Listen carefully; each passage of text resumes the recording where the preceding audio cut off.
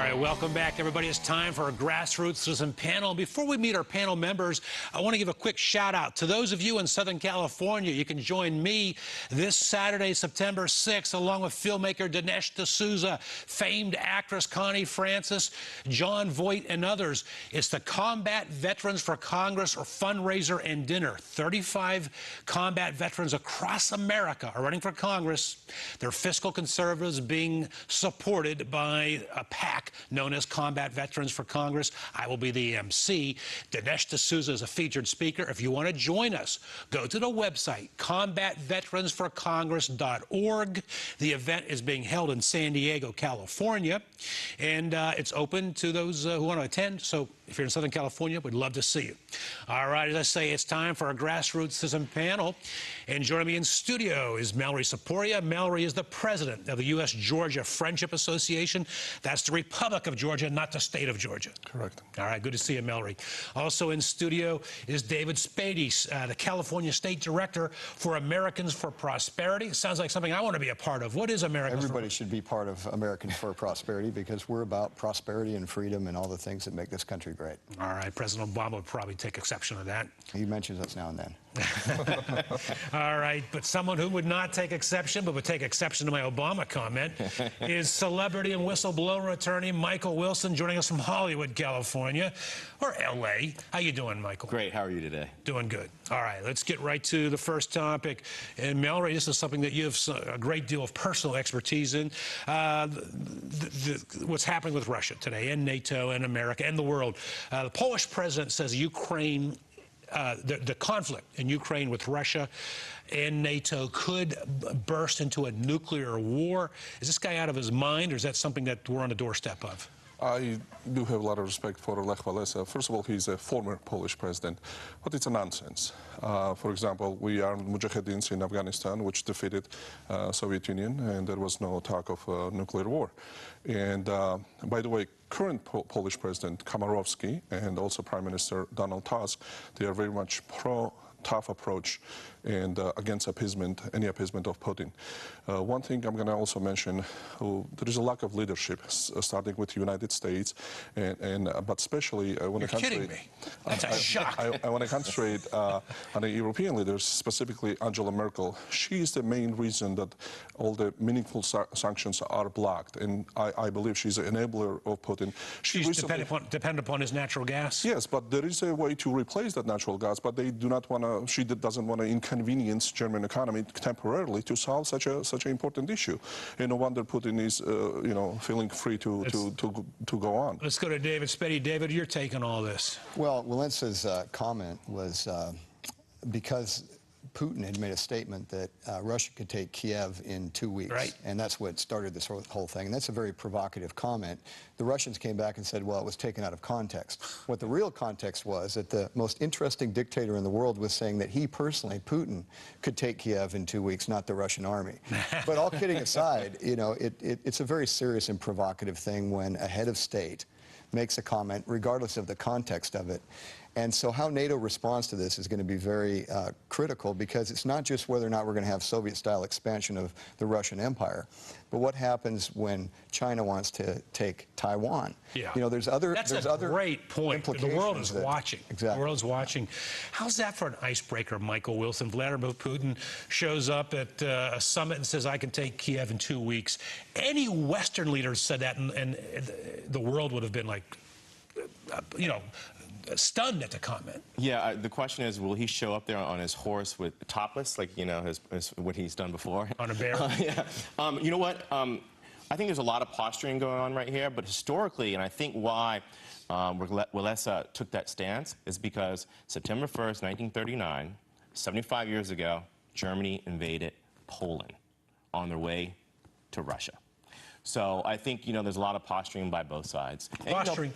Because Poland's a big buffer, essentially between, the East and the West. But that action was a product of appeasement of Hitler, Right. Those times. So appeasement of Putin now. Is what exactly. We're repeating the same mistake.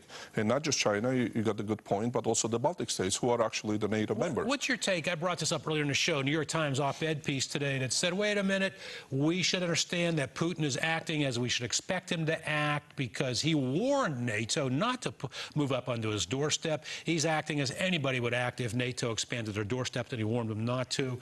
We had a guest on earlier said that's just disinformation coming out from Moscow by a U.S. agent.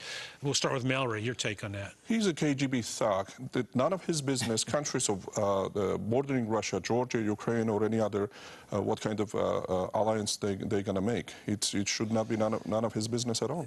My take on that, David Spady, is that, you know what, why not let these own republics determine their own future? Well, and they should, but NATO has a role to play in that area. And if, you know, there's so much appeasement going on with the Europeans because of their reliance on natural gas and other things from Russia. So, you know, it's a different dynamic, and the U.S. needs to really be the ones taking leadership. And what we're doing with some of these sanctions right now are having very little impact. I mean, to ban the sale of AK-47s and think that somehow that's going to make Putin change his aggressive attitude is... If I may add real quick, last time on your show, I applauded the sanctions, but they are announcing sectorial sanctions, but yet those sectors are functioning with little disruption. So, I mean, sanctions are not what they are meant to be. They are not harsh enough. They are not stopping those sectors.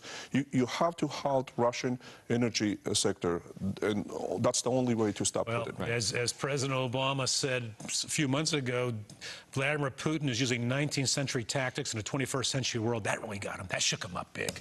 Yes. All right, let's switch gears now. Fast food workers, Mychal Wilson, they are going on strike today. They're protesting. They're threatening civil unrest. Those hamburger flippers, I'm not saying anything disrespectful, but because I respect someone who works in a fast food restaurant because they're doing what needs to be done in their life at that moment in time. Should we be supporting their strike? I think we should be. One of the things about America as opposed to other countries, especially Europe, since we're talking about Europe, is that there's actually a higher pay for service workers. So you get better service, customer service. Here in America, the pay is really low. I mean, $8.15 an hour. They're just asking for, you know, almost double, $15 an hour. And most of the people who are from, you know, lower income, they want to be able to, you know, to unionize also, to have benefits.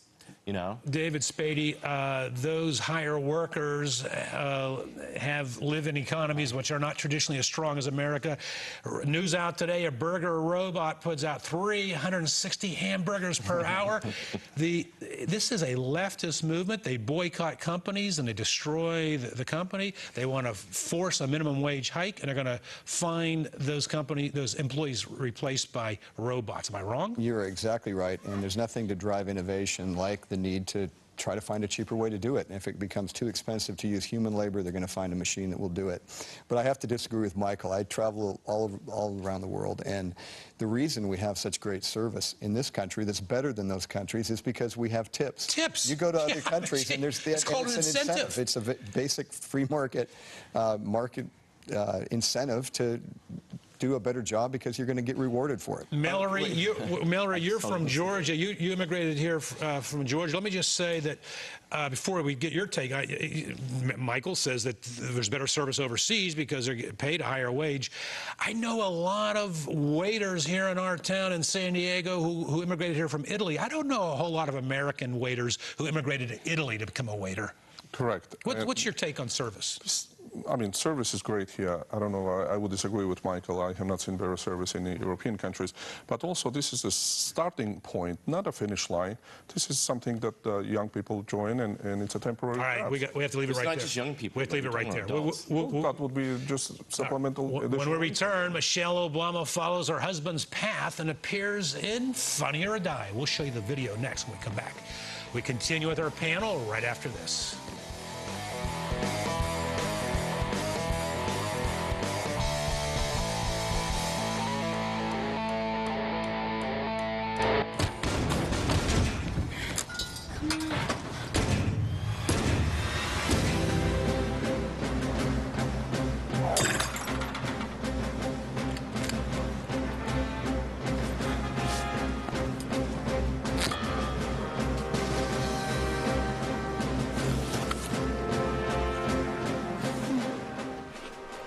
Don't you hate when trailers give away the whole movie? Yeah.